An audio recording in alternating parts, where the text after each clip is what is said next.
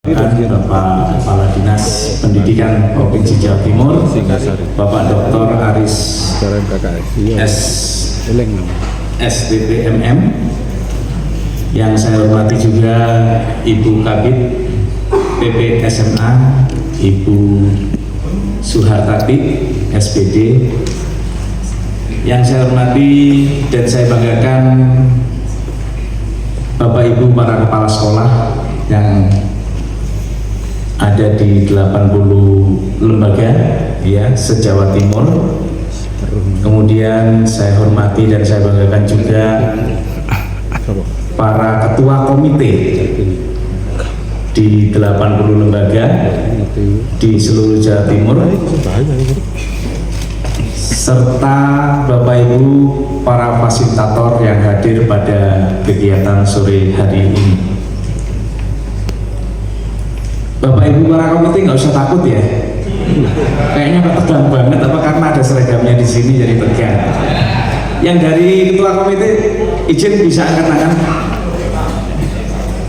Nah, supaya tidak takut ya, ini mohon izin Bapak, para ketua komitenya kita kasih kaos ya. Para ketua komitenya kita kasih kaos, mana Mas Yanto ya, nanti dibagi ya, dibagi. Nah kalau gini kan nggak takut ya Bu ya.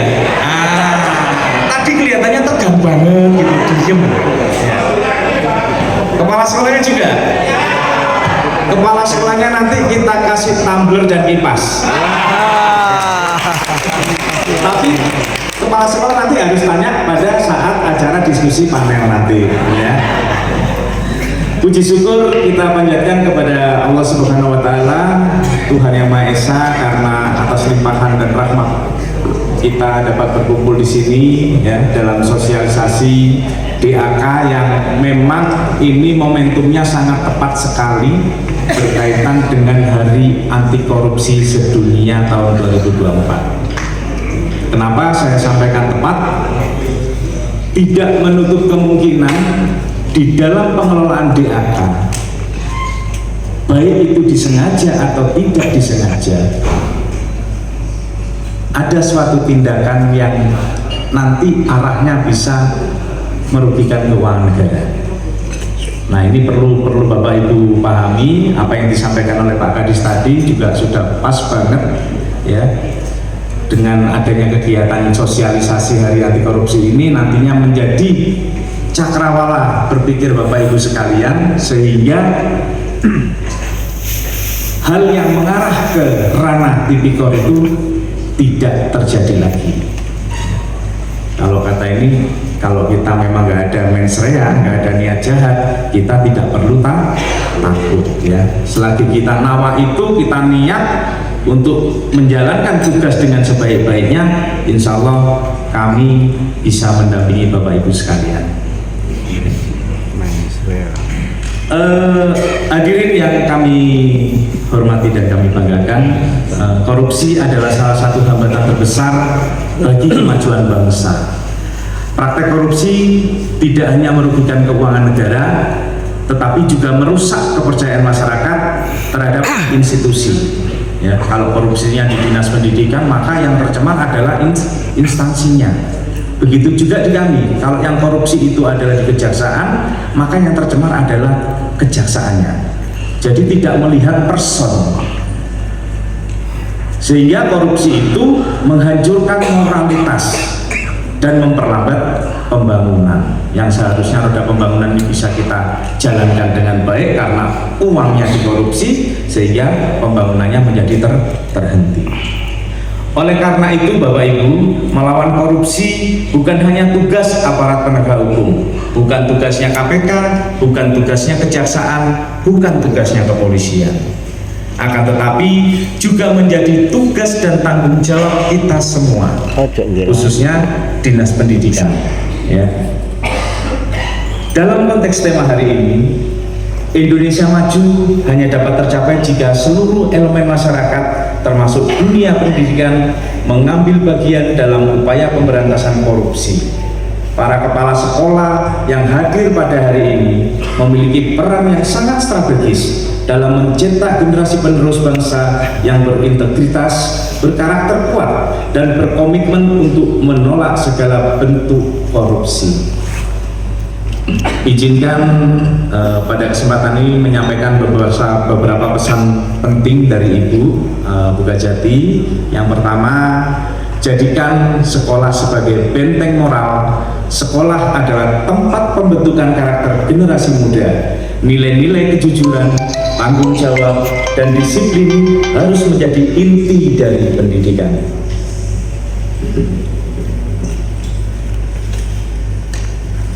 Yang kedua, libatkan siswa dalam gerakan anti korupsi. Adakan program-program kreatif seperti seminar, lomba karya tulis, atau drama tentang bahaya laten korupsi. Pendidikan anti korupsi bisa disisipkan dalam berbagai mata pelajaran. Ketiga, pimpin dengan keteladanan. Sebagai kepala sekolah, Bapak Ibu adalah panutan bagi guru, siswa, dan masyarakat di lingkungan sekitar. Tunjukkan integritas dan transparansi dalam setiap pengambilan keputusan. Bapak Ibu yang saya hormati dan saya banggakan,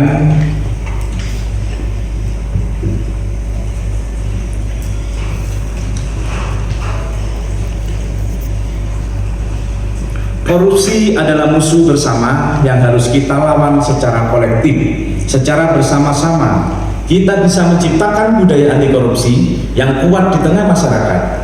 Dengan dukungan dari dunia pendidikan, saya yakin dan optimis Jawa Timur dapat menjadi pelopor dalam gerakan ini, mewujudkan Indonesia yang maju, bersih, dan bermartabat. Demikian sambutan yang bisa saya sampaikan. Mari kita jadikan momentum Hari Anti Korupsi Sedunia ini sebagai langkah nyata untuk terus melawan korupsi demi masa depan Indonesia yang lebih cerah. Burung merpati terbang tinggi, hinggap di dahan pohon turi. Mari bersama kita lawan korupsi untuk Indonesia maju dan berseri.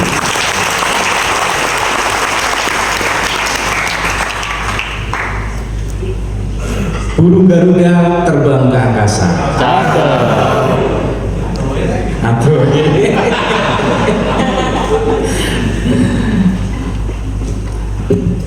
Terbang tinggi di atas angkasa. Dinas Pendidikan Provinsi Jawa Timur semoga tetap jaya. Wassalamualaikum warahmatullahi wabarakatuh. Kalau para guru kayaknya nggak pantas kami mengguru ya. Nah, diskusi lah sebenarnya. Kita sharing Bu, yang mungkin kami cuman kompetensinya saja dalam kewenangan kami di bidang penegakan hukum. Tetapi kalau masalah ilmu, ibu-ibu dan bapak-bapak sekalian cukup paham. Nanti mungkin kita bisa diskusi apa kira-kira yang menjadi permasalahan. Tidak selesai di saat ini. Kita bisa dengan pintu terbuka Kejaksaan Tinggi Jawa Timur, baik Dinas Pendidikan Provinsi Jawa Timur dan para guru, para kepala sekolah se-Jawa Timur untuk berdiskusi, sharing di ruang khusus, misalnya datang ke kejaksaan atau kami, monggo dipersilakan. Tadi Pak Bu Kajati juga pantun, saya juga pengen diawali pantun juga lah, biar tambah semangat gitu. Ke sekolah jangan datang terlambat, pakai seragam, memakai dasi. Kita bisa menjadi hebat bersama, kita jauhi korupsi. Ayo, tanpa mengurangi waktu dan memperpanjang mukadimah, kita berikan kesempatan yang sepenuhnya kepada narasumber, kepada Bapak Tri Margono dan juga Bapak Windu Sugiarto, dipersilahkan.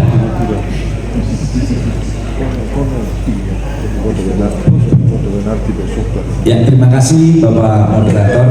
Assalamualaikum warahmatullahi wabarakatuh. Mohon izin Pak Kadis, ya, Bu Tati.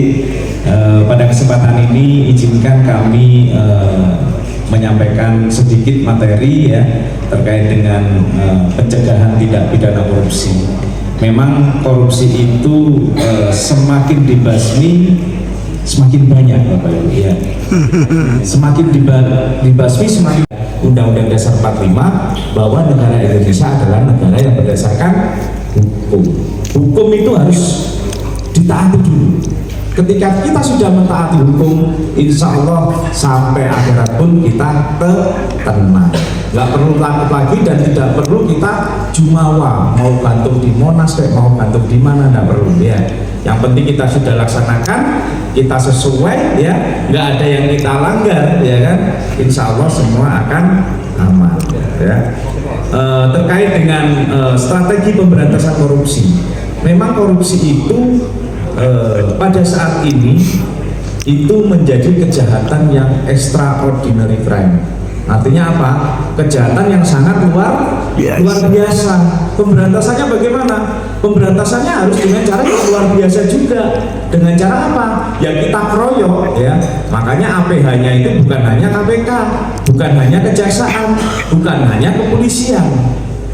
Ya kan? Jadi 3 aparat penegak hukum ini diberi kewenangan oleh undang-undang untuk melakukan pemberantasan korupsi. Agar apa? Agar Indonesia terbebas dari korupsi sehingga pembangunan dapat dirasakan oleh masyarakat. Di dalam strategi pemberantasan korupsi itu tidak serta-merta kita langsung melakukan penindakan Bapak Ibu ya. Tidak langsung kita sidik, kita tuntut, kita eksekusi, tidak seperti itu. Ada langkah-langkah atau strategi yang dilakukan oleh aparat penegak hukum di dalam melakukan pemberantasan tindak pidana korupsi. Yang pertama yaitu adalah langkah pencegahan atau yang dinamakan dengan upaya preventif.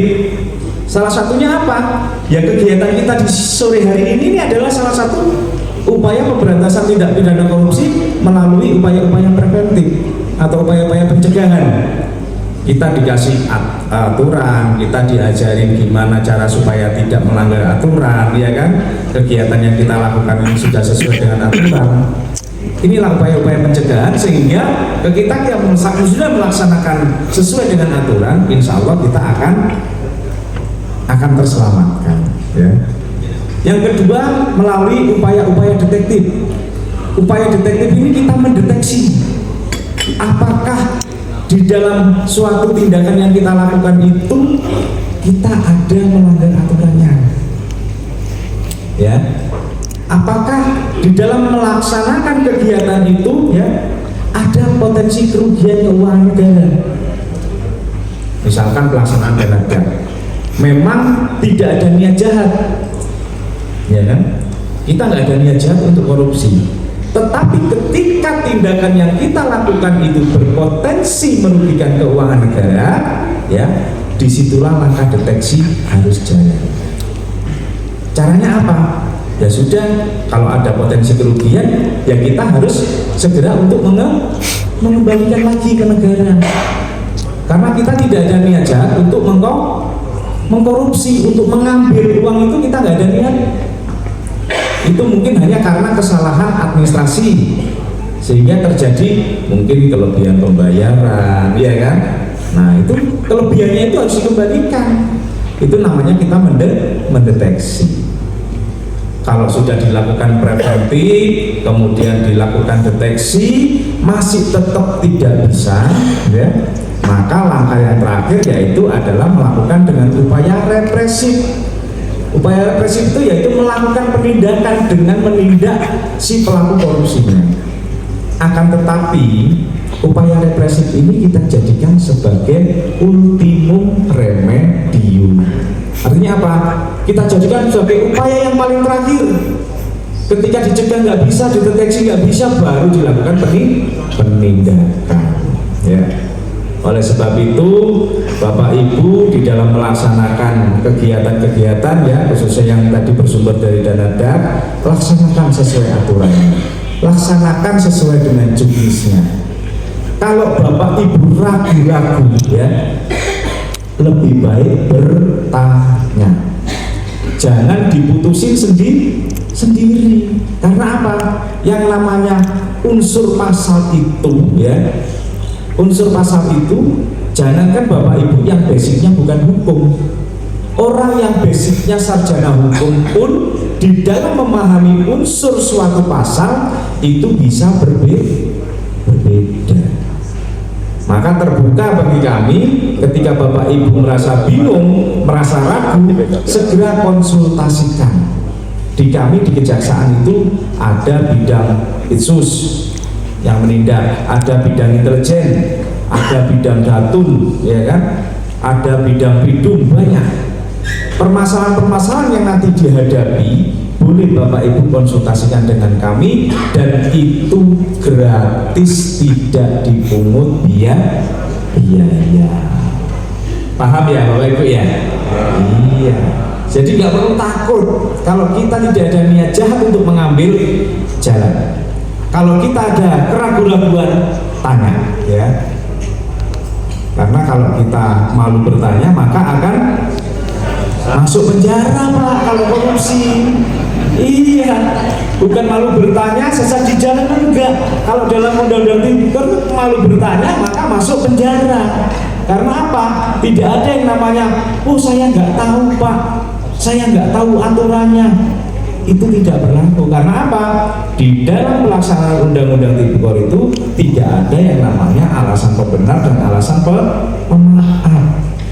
Oh, karena saya nggak tahu mungkin saya bisa dimaafkan, nggak bisa. Oh, karena saya nggak tahu mungkin masih bisa dibenarkan, nggak bisa. Maka dari itu ketika tidak tahu harus bertanya, tanya kepada kepala sekolah, ya kan? Komite tanya kepala sekolah nggak tahu, tanya kepada fasilitator. Kemana? Kak Cabdin, ya kan? Tanya ke Kak Cabdin nggak tahu, tanya ke dinas, ke kepala bidang nggak tahu, tanya Pak Kadis nggak tahu, tanya kejaksaan, ya, kejaksaan nggak tahu, ayo belajar sama-sama. Insya Allah ya, insya Allah yang namanya suatu masalah itu pasti ada jalan keluarnya. Karena saya sendiri pernah memberikan suatu pendapat ya, pendapat itu yang mana regulasi nggak ada, anggaran ada tapi regulasi yang mengatur nggak ada. Kalau saya berpendapat maka aturannya yang dirubah. Gimana caranya?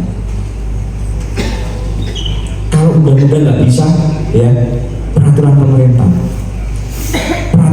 nggak bisa, ya peraturan menteri, peraturan presiden nggak bisa, peraturan menteri. Yang paling mudah, ya kan, itu kita membuat peraturan menteri, karena dia yang membidangi langsung, tahu masalahnya apa, tahu jalan keluarnya seperti apa, tinggal nanti digodok, kemudian diundangkan, dituangkan dalam suatu peraturan menteri atau permen.